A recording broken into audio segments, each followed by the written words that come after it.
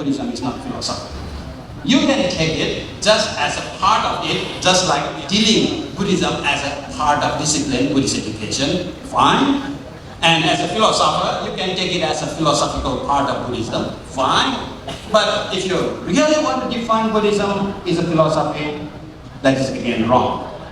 Because if you remember, we chant every day, Swakato Bhagavata Dhammo Santitiko Akaliko, Ehi Pasiko Opanaiko, there's a two word. Ehi Pasiko means that come, see. And you can debate about it all the time. That is a philosophical.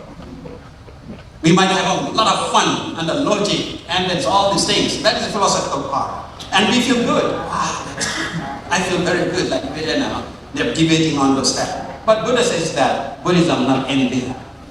Buddhism has to be opanayiko. It's an opanayika sasana.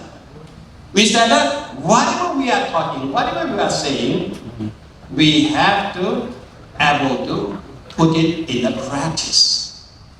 It's become a pragmatic. And how do you do that? Through education. So that's why if we define the word, whole idea on Buddhism become, just to make it very short, Sikha. Sikha means that teaching, isn't it? Education. So all Buddha's teaching, Eightfold Noble Path, be a Four Noble Truths, which go down to in the pragmatic sense is Eightfold Noble Path. Eightfold Noble Path we define in terms of a Sikha or Tri-Sikha. And that is the whole idea of Buddhism as a Buddhist education. So that's why I would say that Buddhism is called to Buddhist education. Because that is how we study Buddhism. We are not taught to believe in Buddhism. Okay? We are not taught to believe in Buddhism. If you believe in Buddhism, it means that you are closing all your other options. And you are blind faith in Buddhism. That is another Buddhist way of study. Okay? But Buddhist way of studying is that the Buddha, Buddhi. What is Buddha? Buddhi means? Buddha means that a way of thinking, the way of knowing, way of able to intellectually kind of understand the things what we are seeing in front of us, not seeing as it is, but seeing even deeper that as they are. And not based on our way of seeing, I would like to say. So, Sikha, if we understand the word Sikha in Pali, then you will see a lot of good example of Sikha. I think I started at how many? What time? 10 minutes, okay? Sikha, okay. Sikha means that what? Sayang ikha, isn't it? The word Pali. Sayang ikha. Which means that ikha is seeing, understanding.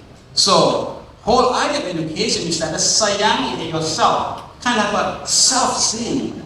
It's kind of able to see the reality from your understanding, you see? So education is not only putting in, that at the moment education, you're stuck in. You're stuck in. Put all the memorized things, this and that. But in fact, that is only the process part of it. The exact part of the being educating is that you are able to see things, more filter eye, more kind of a clean eyes, more kind of a understanding eyes by yourself. It's a cognitivity type. That is education in Sayang Ikha. Another one is, we can also say that the word Sikha, which comes from the other word, is a Saha Ikha. Isn't it? Saha Ikha. Saha means what? Saha means that together. Saha means that common. Saha means that harmony. You see? So we can see things, we can understand things in harmoniously.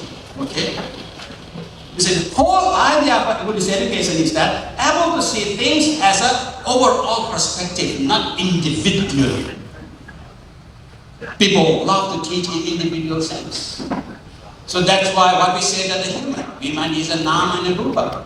Human is what? Human is all the eyes, nose, all these bunch of skandhas, kind of gathering, handa, aggregates. The third idea after being a Sikha is that another one is that Sayam or Samma Ikha. That's interesting. Samma, we are very familiar. Samma Ditti, Samma Sankappa, Samma Manatamo. Everything we call this Samma. And then we end up translating all those Samma as a right view, right thought, right soul, right. All become a right. So it means that all other ideas are wrong. What do we mean by right? All our ideas are on the left, and we are on the right side. What do we mean by right? You see? We are stuck with this jargon. But if we know the Pali, exact Pali, what is the word Samma from? The word Samma, the root of the Samma itself is the word Sama, which means that calming, liberating. It's kind of a extinguishing. So whole idea of Sama, become the Samadhi, become the Samma, become the Samatha, is all about the kind of understanding which can solve the problem, which can calm all the problem. It's kind of education, we can use it to solve whatever the problem we are facing with. Be it individual, be it social, even the global one. So that is the very word, you see, the essence of Buddhism there. We summarize Buddhism as a kind of a Tisika, but in Tisika itself, everything, 84,000 teachings is there embedded. So that is the word Sikha, of Buddhist education, which I like to do. Just break down so we can talk more about that. So whatever you want to talk about, Paticca Samuppada, all the loving kindness, all this, all the whatever the teaching, all the headings will be there, that it is not for the study, but it is a way that how we can apply those Dhamma, so in a way that we can be a part and parcel of this harmony society.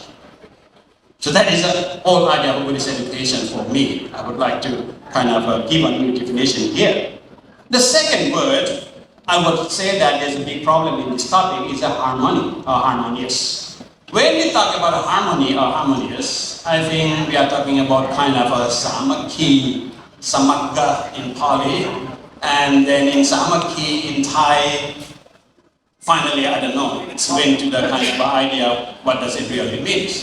But again, the word harmony, if we look from even from the English, actually, in English, the harmony, I think it comes to this word around late 14th century, it's about 15 something. And then where that word, the very word come from, you might be surprised.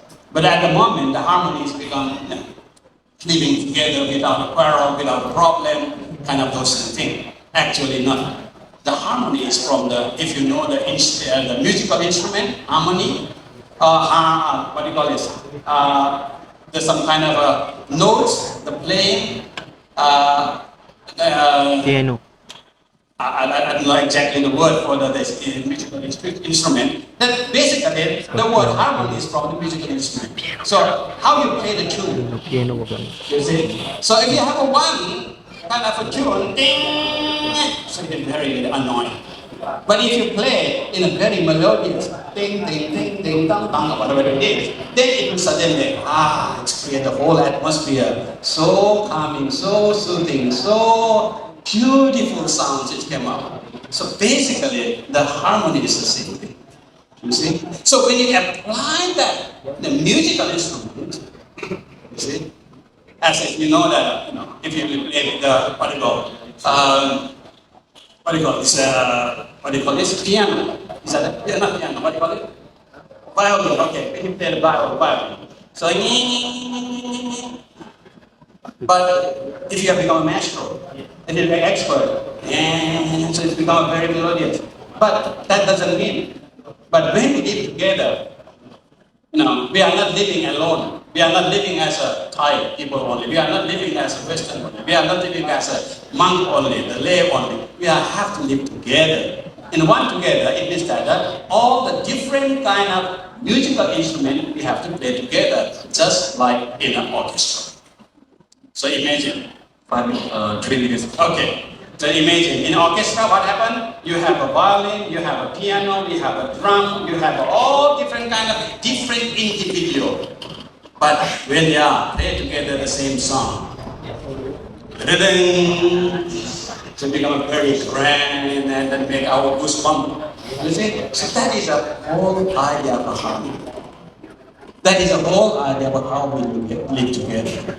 So the whole idea of Buddhist education of Buddhism is that how do we live together and play the same song? So in a way that all the conflict, all the problem we are always creating because of this and that, because of our need, because of our wanting, because of our not understanding, all those will be just put aside.